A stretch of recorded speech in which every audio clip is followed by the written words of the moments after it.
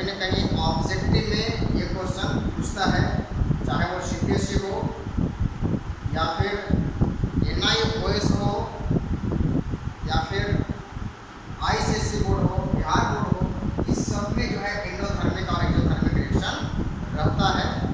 ऐसे objective type पूछ ले या सब्जेक्टिव में आपको ये कह दे कि एंडोथर्मिक और एक्सोथर्मिक रिएक्शन का एक एग्जाम्पल देकर के समझाएं। तो आज हम इसी टॉपिक से बात करते हैं, एंडोथर्मिक और एक्सोथर्मिक। जैसा कि बोर्ड पे लिखा हुआ है कि how to recognise endothermic reaction and exothermic reaction.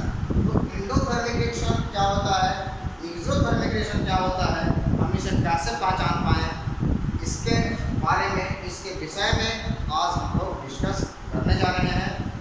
तो यदि आप 10th क्लास का स्टूडेंट हैं और 10th क्लास में आपको बोर्ड एग्ज़ाम क्रैक करनी है, वो भी गुड मार्क्स से क्रैक करनी है, तो हमारा यह वीडियो जो है हमेशा प्रत्येक दिन मैं अपलोड करता हूँ और आप जो है इस चैनल को सब्सक्राइब, लाइक, शेयर करें ताकि आपके पास सबसे पहले हमारा वीडियो पहुँच सके और 10th क्लास में आप अच्छा से अच्छा मार्क्स ऑब्टेन कर सकते हैं। तो चलिए आज हम शुरू करते हैं एंडोथर्मिक और एक्सोथर्मिक। तो जैसा कि यहाँ पे हेडिंग आप देख रहे हैं, एंडो क्या होता है, सीधा इसका मीनिंग जानिए कि एंडो का मतलब होता है टू ऑब्जर्व हीट या टू ऑब्जर्व एनर्जी, भी इसमें आप कह सकते हैं, या जो है एनर्जी को भी ऑब्जर्व करेगा और यहाँ पे एनर्जी को भी रिलीज करेगा। तो एक्सो का मतलब होता है कि एक्सो को to release heat.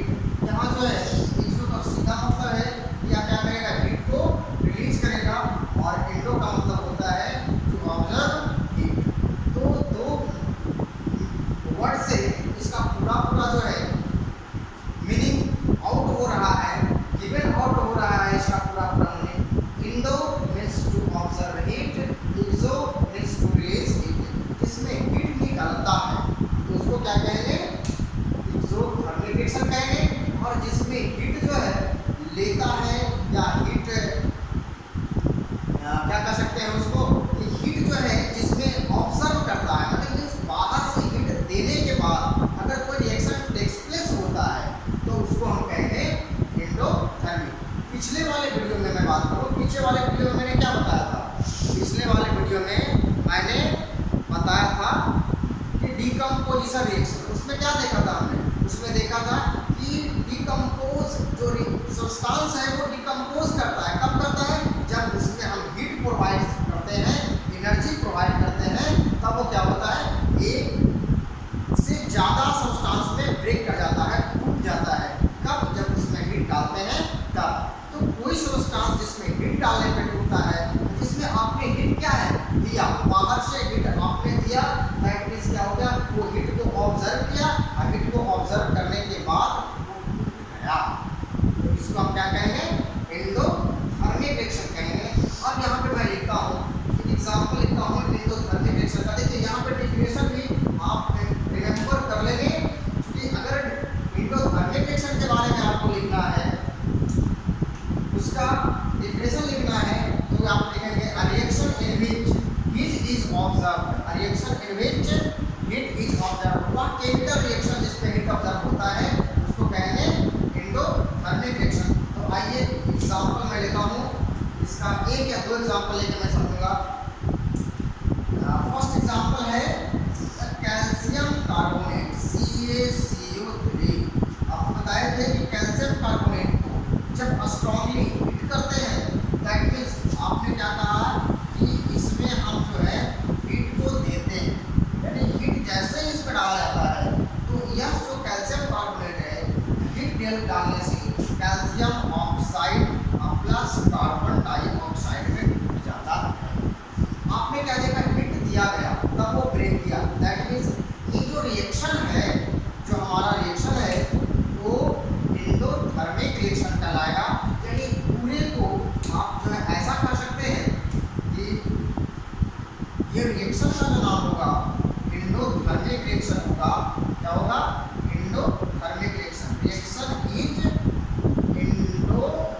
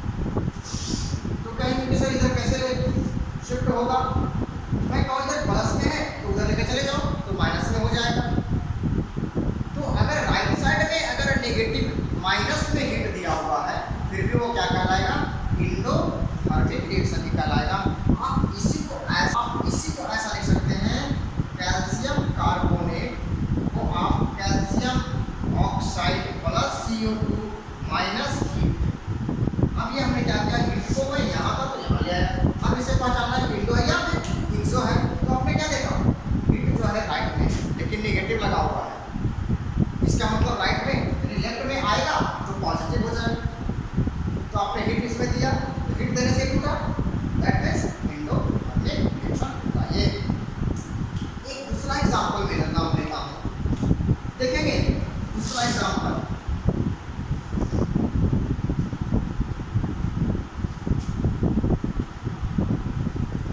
AgCl plus heat, यानी इसमें हम जो देते हैं वो सनलाइट का हीट देते हैं, सनलाइट का हीट देते हैं। तो ये क्या होता है Ag प्लस Cl2, तो Ag प्लस Cl2 में ब्रेक कर जाता है। आप क्या देते हैं कि जब AgCl को सनलाइट प्रोवाइड करवाई जाती है तो वह Ag प्लस Cl2 में ब्रेक हो जाता है। लेकिन कब होता है जब हीट प्रोवाइड करते हैं तब। दैट मींस ये पूरे रिएक्शन की अगर मैं बात करूं तो यह हमारा जो पूरे रिएक्शन है तो क्या होगा, इंडोथर्मिक रिएक्शन होगा, इंडोथर्मिक रिएक्शन कहलाएगा। तो मैं समझता हूं कि आप इसे अच्छी तरह से समझ लिए होंगे। तो व्हाट इज इंडोथर्मिक रिएक्शन, जिसमें लेफ्ट साइड में अगर प्लस में हीट है तो समझेंगे इंडोथर्मिक, और राइट साइड में अगर हो जाता है तो क्या होगा, अगर ये हीट को राइट में ले जाएंगे तो माइनस नेगेटिव हो जाएगा, और जब नेगेटिव होगा तभी भी क्या कहलाएगा, राइट में नेगेटिव हीट है, इसका मतलब लेफ्ट में लाने के बाद वो पॉजिटिव होगा, तो इंडोथर्मिक रिएक्शन होगा। इसी को देख लीजिए, इधर लाएंगे तो ऐसा बन जाएगा, यानी हीट आपने दिया, हीट आने से क्या होगा, टूट गया, जब टूट गया तो ये जो रिएक्शन होगा वो इंडोथर्मिक रिएक्शन। एक एग्जांपल मैं लास्ट में देखता हूँ, एग्जाम्पल नंबर 3। इसमें देखेंगे इंडोथर्मिक का एक लास्ट एग्जाम्पल है, आप अगर इसे समझ लें तो सही है, नहीं समझे तो कोई बात नहीं, फिर से आप कमेंट करेंगे, मैं फिर से इस पर वीडियो बना दूंगा सरल लैंग्वेज में, सरल भाषा में और सरल तरीके से मैं बताने का प्रयास करूँगा। ऐसे भी जो मैं बता रहा हूँ बिल्कुल सरल ही है, आप इसे बार बार देखेंगे तो समझ में आएगा ही, और जब समझ में आ गया तो आपसे क्वेश्चन नहीं छूटेगा। जब वो किसी भी तरह के आकर पूछे क्वेश्चन, आप इंडो एक्सोथर्मिक को पहचान लेंगे, आपसे क्वेश्चन छूटने वाला नहीं है। ना सिर्फ 10th एग्जाम में, अगर ये कॉम्पिटिटिव एग्जाम में अगर पूछता है इंडोथर्मिक और एक्सोथर्मिक रिएक्शन के बारे में, तो आप वहाँ पे बिल्कुल भी नहीं गड़बड़ाएंगे, नहीं मिस करेंगे, आप 100% सही रिजल्ट देंगे। तो चलिए थर्ड एग्जाम्पल है, आपको बताए थे FeSO4, अगर ये FeSO4 क्या है, फेरस सल्फेट है।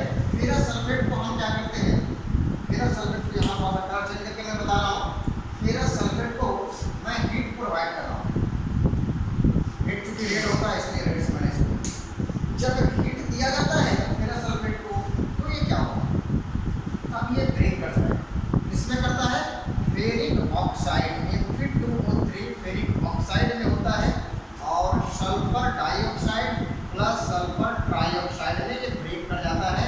इसका स्मेल थोड़ा सा ऑड होता है, इसका स्मेल खराब होता है, ऑड स्मेल ये करता है सल्फर डाइऑक्साइड।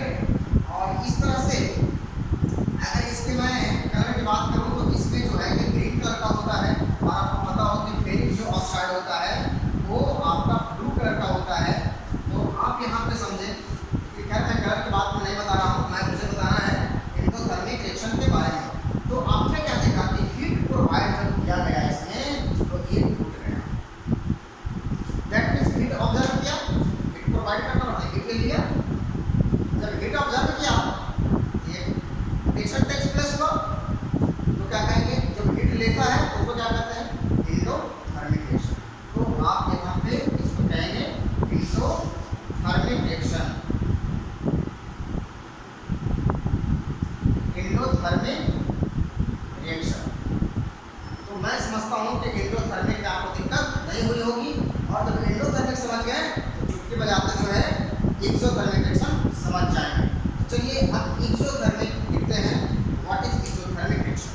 एक्सोथर्मिक रिएक्शन के बारे में आपने क्या देखा, एक्सोथर्मिक मींस क्या होता है, देखिए यहाँ पे एक्सोथर्मिक लिखा है, exothermic means to release heat. क्या होता है, एक्सोथर्मिक मींस होता है जिसमें हीट रिलीज करता है, हीट जो है निकलता है, और हीट निकलता है उसको हम कहते हैं एक्सोथर्मिक रिएक्शन। एग्जाम्पल बहुत सारे बड़े बड़े हैं, तो देखेंगे यदि कार्बन को आप कार्बन किसी भी सब्सटेंस में कार्बन होगा, कार्बन जो होगा वो जलेगा, कंबस्टिबल होता है कार्बन तो जलेगा।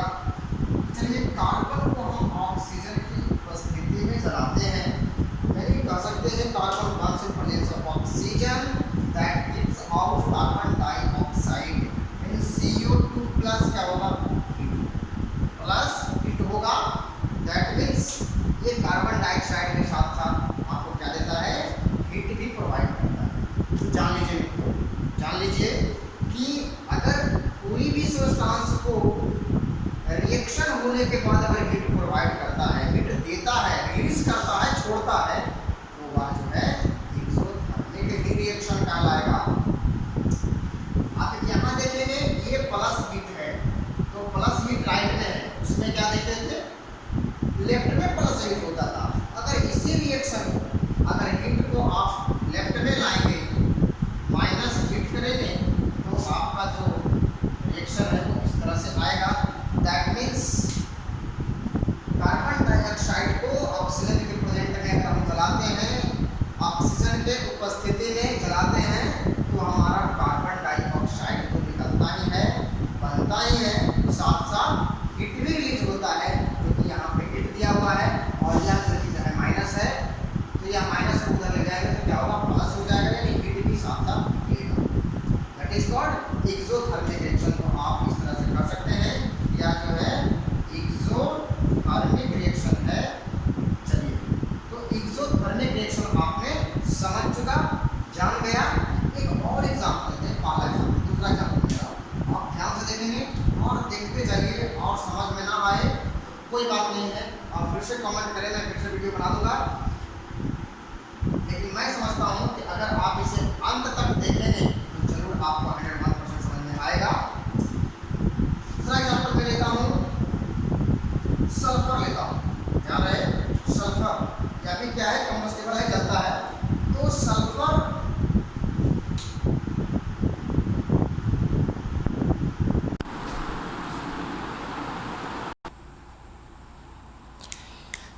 और सेकंड एग्जाम्पल इसका देखते हैं कि सल्फर को जब ऑक्सीजन की उपस्थिति में जलाते हैं तो ये हमारा बनता है सल्फर डाइऑक्साइड, जिसका कि बहुत ही खराब स्मेल होता है सल्फर डाइऑक्साइड, और साथ में ये क्या देता है, ये साथ में हीट भी देता है।